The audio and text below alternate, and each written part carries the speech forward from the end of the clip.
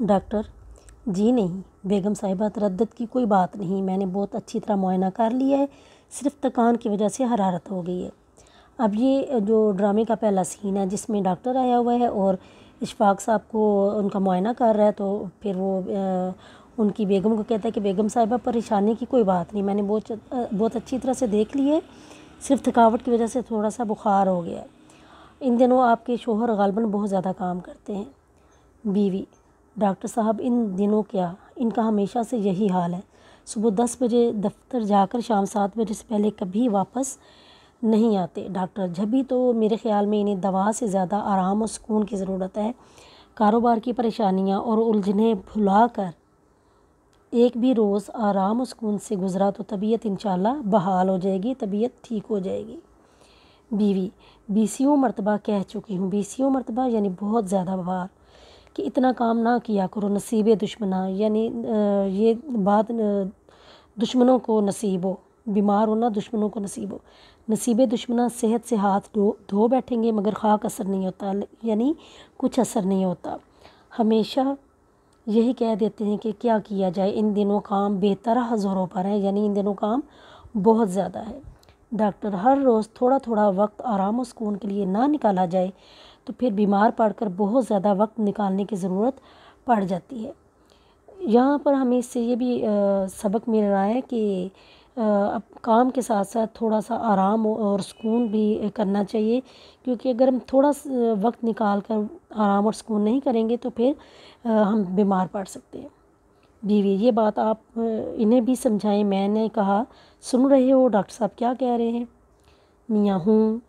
Doctor: جی ہاں، میں نے سمجھا کر اچھی طرح تاکید کر دی ہے، یعنی نصیحت کر دی ہے کہ دن بھر خاموش لیٹے رہیں۔ بیوی: تو تاکید کیا میں نہیں کرتی؟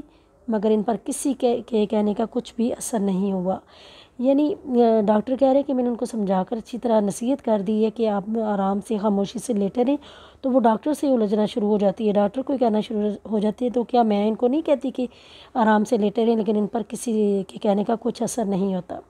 ڈاکٹر: جی نہیں، ابھی انہوں نے مجھ سے وعدہ کیا ہے کہ پورے طور سے میری ہدایات پر عمل کریں گے۔ بیوی: اور دوا کس وقت دینی ہے؟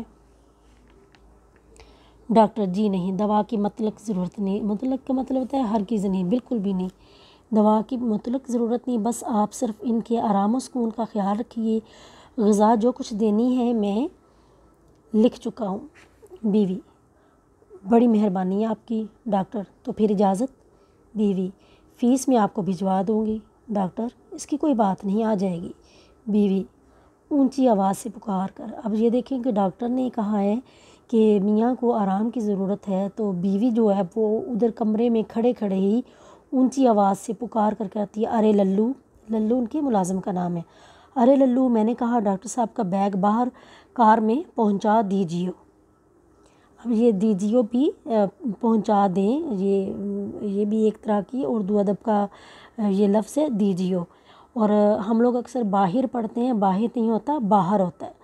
ڈاکٹر صاحب کا بیگ باہر کار میں پہنچا دیجیے۔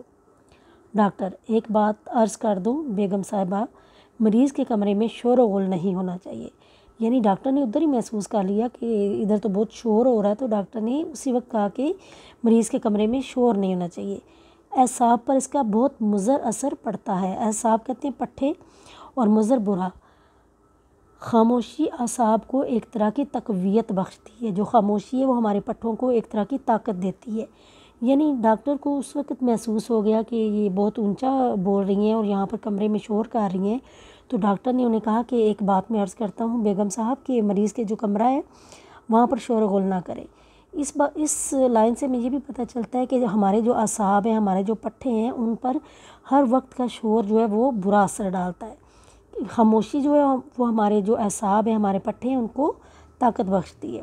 بیوی: مجھے کیا معلوم نہیں ڈاکٹر صاحب، آپ اطمینان رکھیں، ان کے کمرے میں پرندہ پر نہ مارے گا، ملازم آتا ہے۔ للو: حضور۔ ڈاکٹر: اٹھا لو یہ بیگ، تو آداب۔ بیوی: آداب۔ ڈاکٹر اور ملازم جاتے ہیں، قریب آ کر میں نے کہا سو گئے کیا، یعنی جب ڈاکٹر اور ملازم جاتے ہیں تو وہ میاں اشفاق صاحب آنکھیں بند کر کے لیٹے ہوئے تھے، تو بیوی آگے کہتی ہے کہ سو گئے ہیں کیا میاں؟ ہوں، یوں ہی چپکا پڑا ہوا تھا۔ خاوند نے جو ہے میاں ہے اس نے صرف یہ کہا کہ ہوں، خاموشی سے لیٹا رہا۔ بیوی بس بس بس بس چپکے ہی پڑے رہیے، ڈاکٹر صاحب بہت سخت تاکید کر کے گئے ہیں کہ نہ آپ بات کریں، نہ کوئی آپ کے کمرے سے بات کرے، کمرے میں بات کرے، اس سے بھی تکان ہوتی ہے۔ تکان کا مطلب ہے تھکاوٹ۔ تمام وقت پورے آرام و سکون سے گزاریں، سمجھ گئے نا؟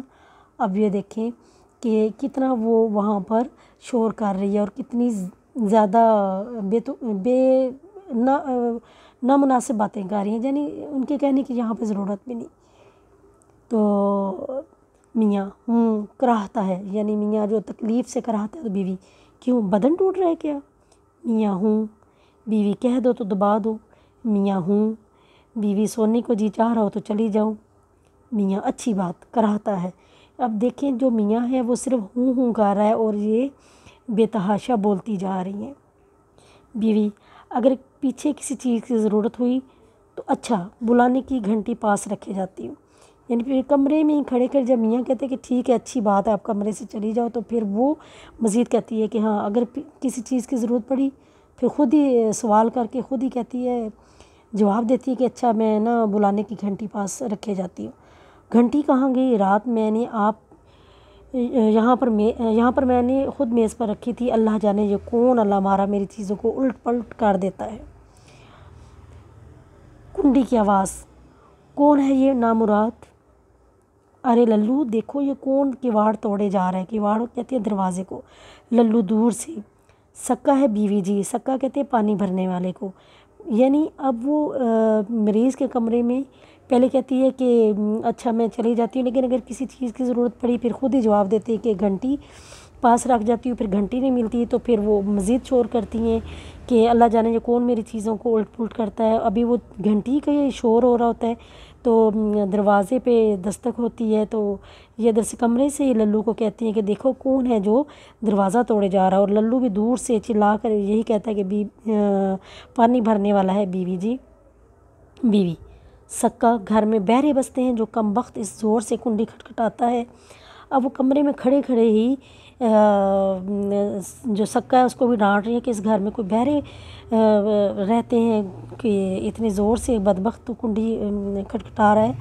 اللہ ماروں کو اتنا خیال بھی تو نہیں آتا